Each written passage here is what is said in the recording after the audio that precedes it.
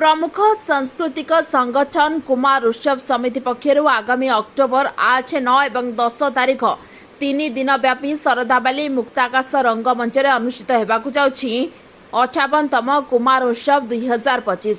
एही उपलक्षे छात्र छात्री अंतर्निहित प्रतिभार परिप्रकाश पाई जिला स्तरीय प्रतियोगिता गत 23 और 24 तारीख 2 दिन धरी अन्नपूर्णा रंगमंच अनुष्ठित हो जाइछि।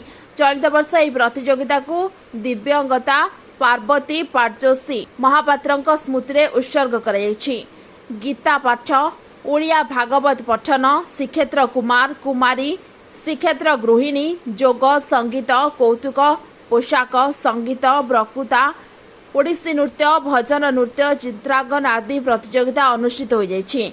पिलामानंकु सुंदर परिवेश जोगाई देवा पई दीर्घ वर्ष धरी यह अनुष्ठान प्रयास जारी रखिछि। एथिरे छत्तीसा निजोग नायक जनार्दन पाटजोशी महापात्र प्रतियोगिता कमिटी अध्यक्ष सुकांत पंडा कार्यकारी सभापति राजेश कुमार मिश्र और चक्रधर महापात्र स्मरणिका संपादक श्रीकांत महांती भरत नायक विदुलता आचार्य अमरेन्द्र पाइकराय रतन कुमार दास कल्पना मुदुली सरस्वती पात्र श्याम प्रकाश सेनापति विकास दत्त लक्ष्मीधर पूजा पंडा रमा बल्लभ महापात्र समेत समितिर कर्मकर्ता माने उपस्थित रही प्रतियोगिता परिचालना करथिले। सूचना अनुसार प्रतियोगितार जिलार विभिन्न प्रांतरू प्राय 700 प्रतियोगी अंशग्रहण करथिले।